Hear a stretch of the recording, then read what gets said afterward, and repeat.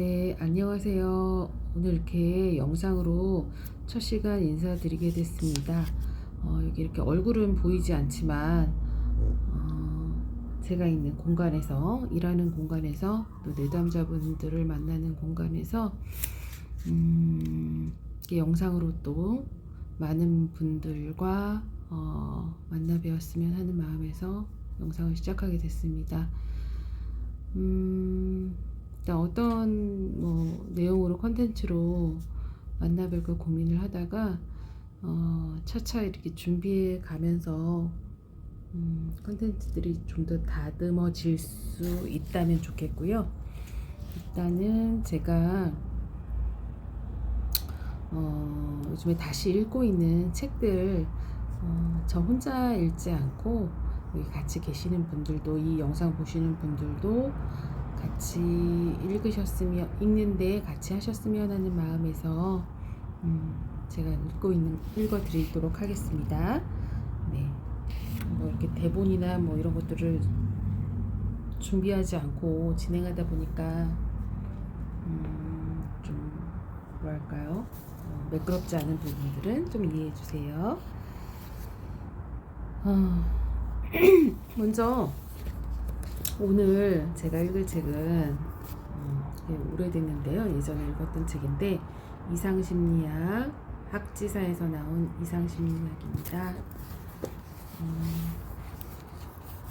이제 100페이지인데요. 경계선 성격장애입니다. 쭉 한번 읽어볼게요. 네. 네, 경계선 성격장애, 임상적 특징. 여기 근데 조금 오타인 것 같아요. 경계성이라고 되어 있네요. 성이라고 되어 있는데 경계성이 맞습니다.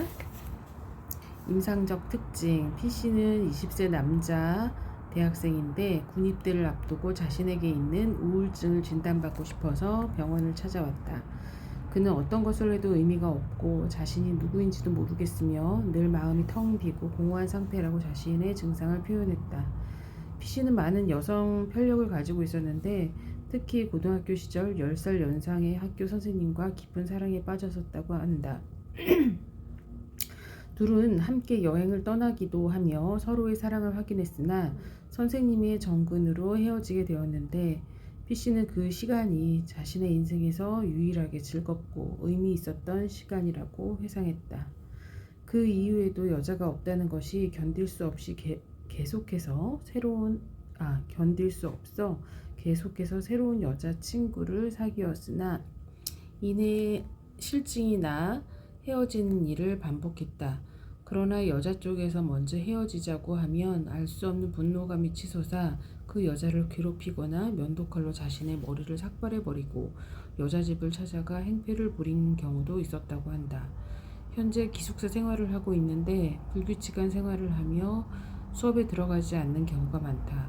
거의 매일 술을 마시고 담배도 많이 피울 뿐 아니라 가끔은 방에서 혼자 담배 피러 자신의 팔다리를 지지기도 한다며 팔에 난 상처를 보여주었다. 인생이 공허하고 사는 게 의미가 없다. 내가 어떤 사람인지 모르겠다는 생각에 자살하고 싶은 마음도 여러 번 들었고 실제로 약을 먹거나 목과 손목을 그은 일도 두세 번 있었다고 한다. 옆에 누가 있는 것 같고 사람의 이야기 소리나 우는 소리가 들린 것 같아 정신과 치료를 약 한 달 정도 받은 경험도 있다고 하였다.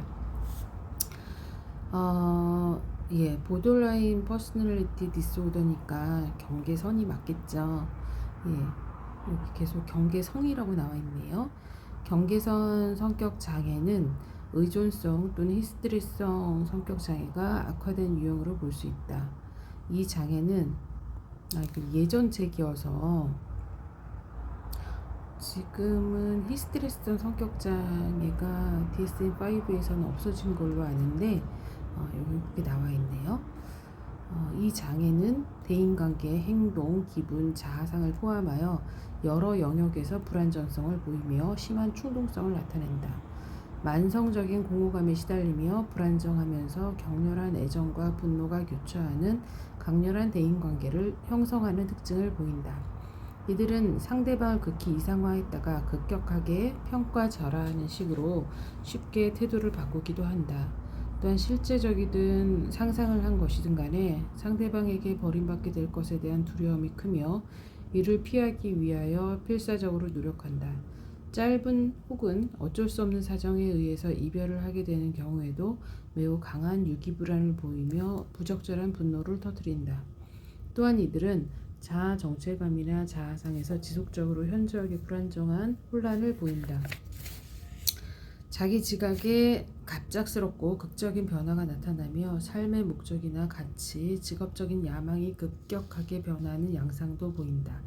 안정된 자아상의 결여로 다양한 돌출 행동을 나타내며 본인 스스로도 자신에 대한 혼란감을 경험한다. 또한 폭식, 알코올이나 약물 남용, 문란한 성생활, 자해 등과 같이 매우 충동적인 행동으로 자신에게 위해를 끼치는 일이 흔하다. 자기 파괴적인 행동이죠. 스트레스가 가중되면 일시적으로 망상적 사고나 해리 증상 같은 정신증적 증상을 보이기도 한다. 스트레스 상황에서 이런 이제 정신증적 증상을 보이지만 일시적이고 금방 그런 부분은 사라진다고 합니다. 행동 양상은 이들의 행동은 돌발적이고 무모하며 혼란스럽다. 갑자기 예기치 않게 화를 내며 빈번히 사고를 저지르고 싸우고 자해를 하며 자살 신용을 하는 것과 같은 자기 손상적인 행동을 한다. 또한 가식을 하고 도박을 하며 훔쳐거리고 가게에서 물건을 훔치는 등과 같은 자기 파괴적 행동을 하기도 한다. 대인관계에 있어서는 반항적이고 변덕스러우며 모순된 행동을 보인다. 타인에게 관심과 애정을 요구하지만 행동은 충동적이고 타인을 조종하려는 경향이 있다. 이런 양상은 자신들이 필요로 하는 지지를 얻기보다는 타인에게 거부당하게 만든다. 또한 타인에게 과도하게 의존적이면서도 동시에 타인에게 구속당하는 것에 극도로 예민하다. 그 결과 사람들과 더불어 지내고자 하면서도 동시에 이를 부담스러워하여 혼자 있고 싶어하는 모습을 보인다. 되게 양가적이고 또 행동 패턴도 되게 자기 파괴적이기도 하고 또 정서 표현에 있어서도 굉장히 극적인 모습을 보이죠. 인지양식은 일관성이 없고 변덕스러우며 통합력이 결여되어 있다. 과대 이상화와 평가절하의 극단 사이를 반복하는 사고 양상을 보인다.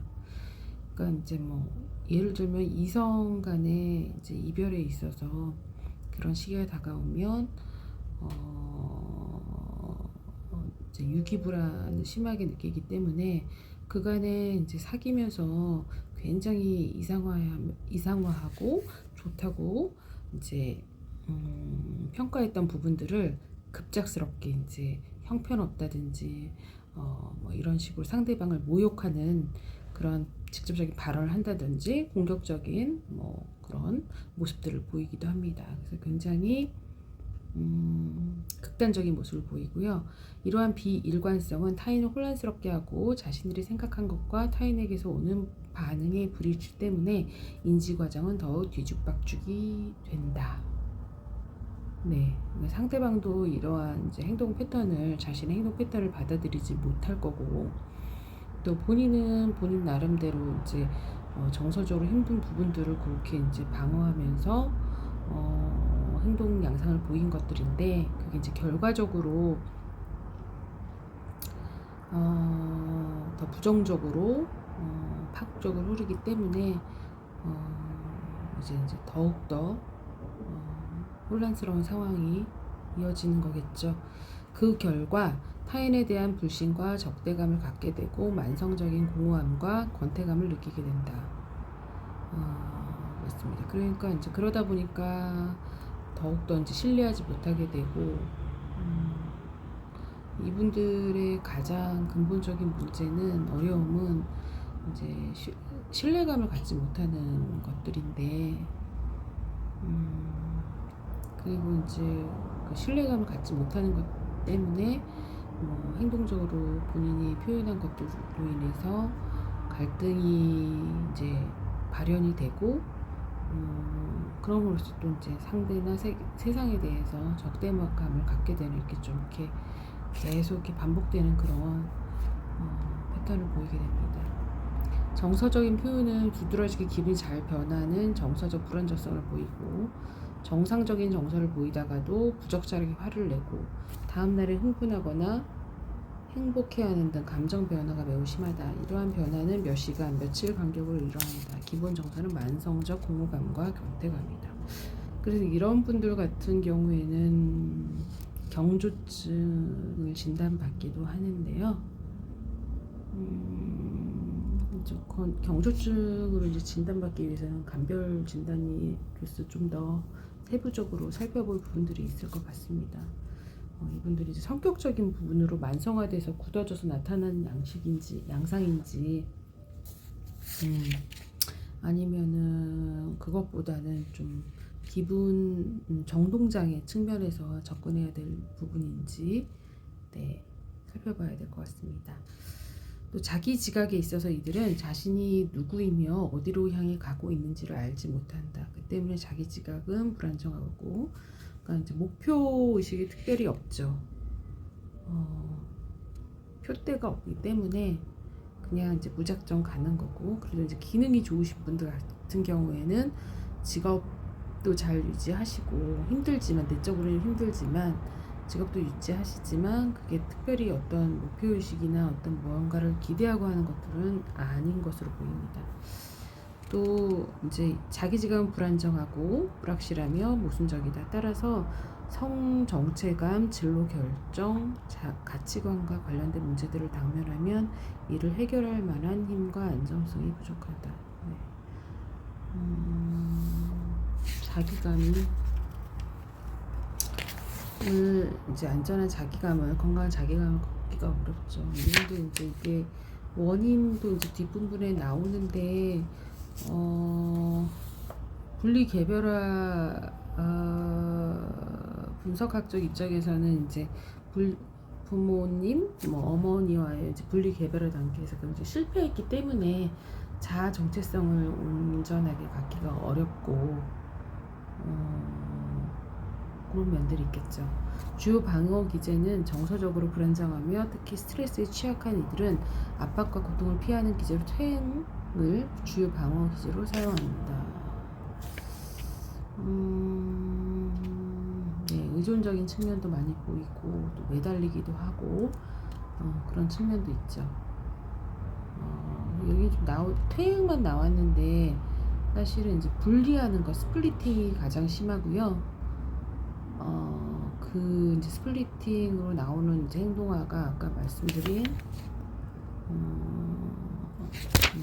이상화, 그리고 평가절하,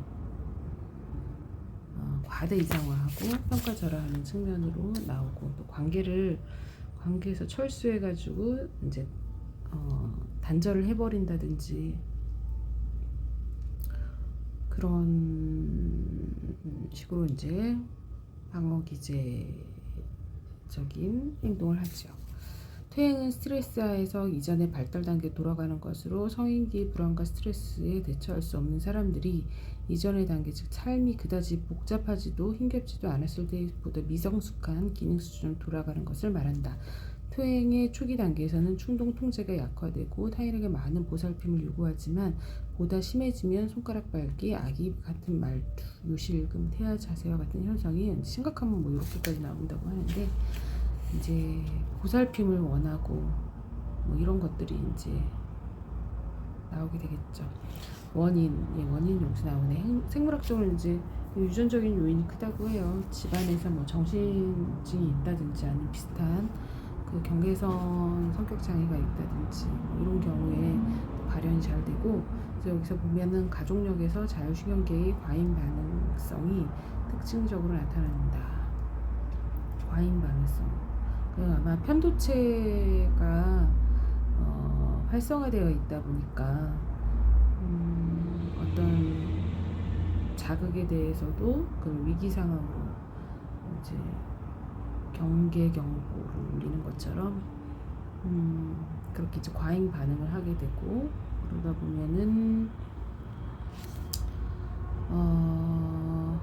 네, 그래서 이제 이들은 그래 이제 이어서 하다 보면 이제 자율신경계에서도 이제 잘 조절이 안 되는 양상들이 드러나겠죠. 이들은 아동기 때 과민감성을 보이는데 그 결과 항상 높은 자극 수준에 노출되어 있는 셈이 된다.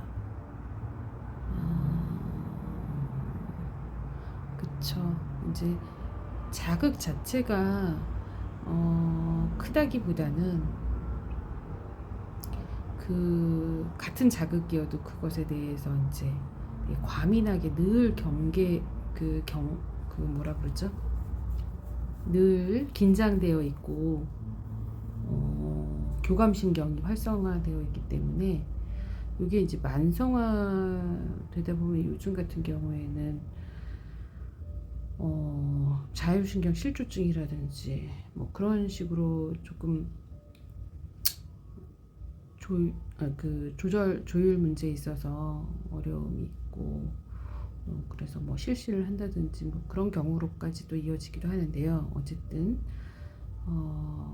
그런 이제 과민감성을 가지고 있고 그러한 자극은 신경 심리학적 측면에서 강렬한 자극 추구 행동을 이끌게 된다라고 되어 있네요. 네, 이건 좀 다른 부분인데, 그러니까 늘 이렇게 자극의 이제 역치가 높다 보니까 웬만한 것으로는 이제 그게 자극 수준이 만족이 안 돼서 강렬한 자극 추구 행동을 하게 된다는 이야기 같습니다. 환경적 요인으로는 양육 과정에서 부모가 특정 행동에 대한 보상이 언제 주어질지 모르는 변동 비율 강화를 자주 사용하게 되면 변동 비율 강화라는 표현을 썼네요. 그러니까 뭐 예를 들면 뭐 칭찬이라든지 뭐 이런 것들이 보상이랄지 이런 것들이 일관적으로 내가 뭐 90점 이상 받으면 100점 받으면 항상 상을 준다든지 아니면은 뭐 밥을 다 먹고 잘 정리해서 설거지통에 넣으면 뭐 칭찬을 줬다든지 뭐 이렇게 일관성이 있다라고 하면은 이제 불안할 필요가 없고 안정적일 텐데 뭐 이게 그럴 때도 있고 아닐 때도 있고 예를 들면은 뭐 그거를 바로바로 주는 게 아니라 어쩔 땐 바로 주고 어쩔 때는 뭐 2번 했을 때 뭐 칭찬이 온다든지 어쩔 때는 뭐 5번 했을 때 준다든지 이게 감을 잡을 수 없을 때 아동은 굉장히 불안한 상황이 될 테고 또 이런 아동은 타인의 인정을 받을 때에만 자기가 유능하고 수용받는다고 느끼게 됩니다. 자기 본인의 그 자체로서 인정받고 뭐 이렇게 수용받는다는 그런 경험이 부족하기 때문에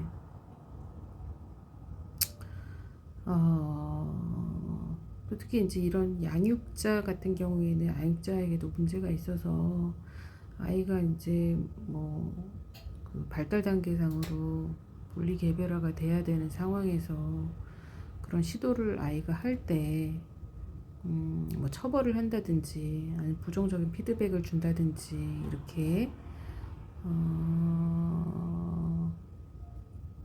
또 반대로 부모에게 되게 뭐랄까 순응하고 순종적이고 늘 그런 모습 보였을 때 이제 칭찬이 온다든지 했을 때는 아이가 이제 인정받기 위해서 더 이렇게 의존하게 되고 본인만의 어떤 정체감을 갖기가 어렵겠죠. 그래서 이제 계속 읽어보면 많은 경우 히스테리적 특성을 지닌 부모 모델에 노출되어 자신의 관심 추구 및 승인 추구 행동이 무시된다는 느낌을 갖게 된다. 그 결과 보호에 대한 외부 근원이 유지되지 못하고 관심과 지지를 이끌어내는 능력이 감소하게 된다. 이들은 주기적 기분 변화를 경험하게 되고 보다 진행되면 기분 변화는 더욱 극적이게 되어 중국에는 경계선 성격 장애가 형성된다. 정신분석적 네, 입장에서 컴버그라고 나와있네요. 컴버그의 가설에 따르면 경계선 성격 장애는 발달의 초기 과정인 분리개별화, 여기 나와있네요. 분리개별화 단계에서 어머니가 사라지는 것에 대해 강렬한 두려움을 경험하게 되어 이 시기에 고착되었고, 그렇죠. 뭔가 이렇게 분리되고 자기 정체성을, 이렇게 자율성을 발휘하려는 시점에 엄마가 이제 그때마다 부정적인 피드백을 준다라고 하면, 그런 이제 어머니가 사라질 것에 대한 이제 불안을 느끼게 되고, 이게 이제 유기 불안으로도 드러나겠죠. 어머니가 나에게서 떠날 것 같은, 나에게 오던 그런 긍정적인 피드백이 없으니까, 그래서 이제 그런 두려움을 경험하고 이제 고착된다. 이 때문에 분리에 대한 유아기의 위기를 반복적으로 재경험하는 상태에 있다고 본다. 네, 그래서 성인이 되어서도 그때 안정적으로 경험하지 못한 분리 개별화 단계 때문에 성인기에도 이제 뭐 조금만 이제 상대방이 내가 중요하게 생각하는 대상이 나하고 이제 뭐 이별을 한다든지 잠시 떨어져 있는다든지 그런 상황을 경험할 때 그런 예전에 불안했던 그런 위기적으로 그런 것들을 재경험을 하게 된다고 여기 이제 나와 있네요. 이 시기의 아이는 어머니의 좋은 면과 나쁜 면을 통합하여 동일한 존재로 수용할 수 있어야 하지만 어머니 특성이나 어떤 환경적 여건에 의해서 이를 성취하지 못하고 분리의, 여기 스플리팅 나오네요. 분리의 방어 기제를 통해서 어머니에 대해서 양극적인 표상을 가지게 된다. 이거는 이제 약간은 컨버그식인데 이거는 이제 코어 식으로 아마 설명을 하는 것 같습니다. 양가적인, 엄마에 대한 양가적인 면, 굿마더와 뭐 배드마더, 그것을 이제 통합해야 건강한 이제 대상 항상성이죠. 형성하는데 대상 항상성을 형성하지 못했기 때문에 엄마가 눈앞에서 이제 뭐 사라져도 사실은 언젠가 온다라는 그런 이제 안정감을 가져야 되는데 그러지를 못하고, 또 감정에 있어서도 그렇고 그래서 늘 불안한 상황에 있는 거고요. 그러다 보니까 좋은 엄마와 나쁜 엄마를 분리해서 생각하게 되고, 또 이거는 또 자신에 대해서도 마찬가지입니다. 나에 대해서도 좋은 나와 나쁜 나를 대상에 대해서도 그렇고 자아 대상에 대해서도 나에 대해서도 통합적인 그런 느낌을 받기가 어렵죠. 그래서 이제 어떤 때는 좋은 어머니로 느끼다가 어떤 때는 나쁜 어머니로 느껴져서 불안정하고 극단적인 감정이 교차되고, 어머니에 대해 가졌던 이런 병적인 양가 감정의 대상관계가 내재화됨으로써 원시적 방어 기제들을 계속하게 되고, 대인 관계에서도 모든 사람을 성과 악이라는 극과 극으로 분리시킴으로써 왜곡된 인간관계를 갖게 된다고 보고 있다. 여기까지인데요. 정체감도 자아감도 불안정하고, 또 대상 항상성도 갖고 있지 않고, 그렇기 때문에 이제 스플리팅 되어 있고요. 그런 속에서 감정들도 되게 극적이고 극단적이고, 행동 양식도 극단적이고, 먼저 관계를 단절해 버린다든지, 아주 좋은 사람이었다가 언젠가 이제 버림받을 것에 대한 유기불안에 대한 공포 때문에 먼저 관계를 단절해 버린다든지, 그렇게 이제 힘든 생활을 하시는 분들에 대한 이야기였습니다. 참고로 말씀드리면 예전에는 경계선 성격장애를 먼저 치료 영역에서도 병원이나 뭐 정신과나 뭐 상담소에서도 되게 기피하는 대상이었다고 해요. 왜냐하면은 치료사들에게도 그런 감정이나 행동들을 가감없이 이제 드러내기 때문에. 근데 요즘에는 사실 그렇진 않아요. 네. 저의 입장에서도 변화될 수 있는 부분을 변화될 수 있다라고 생각을 하고, 이분들이 그만큼 어려움을 겪고 있지만 또 강점도 있으신 분들이기 때문에 어떤 점에 있어서는 창의적이고 또 에너지도 있으시고 그런 힘들이 있으시기 때문에 본인의 이런 좀 병식이랄까, 네, 이런 것들을 충분히 인지하시는 과정을 거치신다면, 알아차리는 과정을 거치신다면, 수정할 수 있는 부분들이 분명히 있다라고 생각하고 믿고 있습니다. 네, 오늘은 경계선 성격장 이상심리 학지사에서 나왔는데 최정윤, 박경, 서혜희 공저로 되어 있습니다. 조금 예전 책이기도 하고 DSM-4 기반인 것 같아요. 이게 예전 책이어서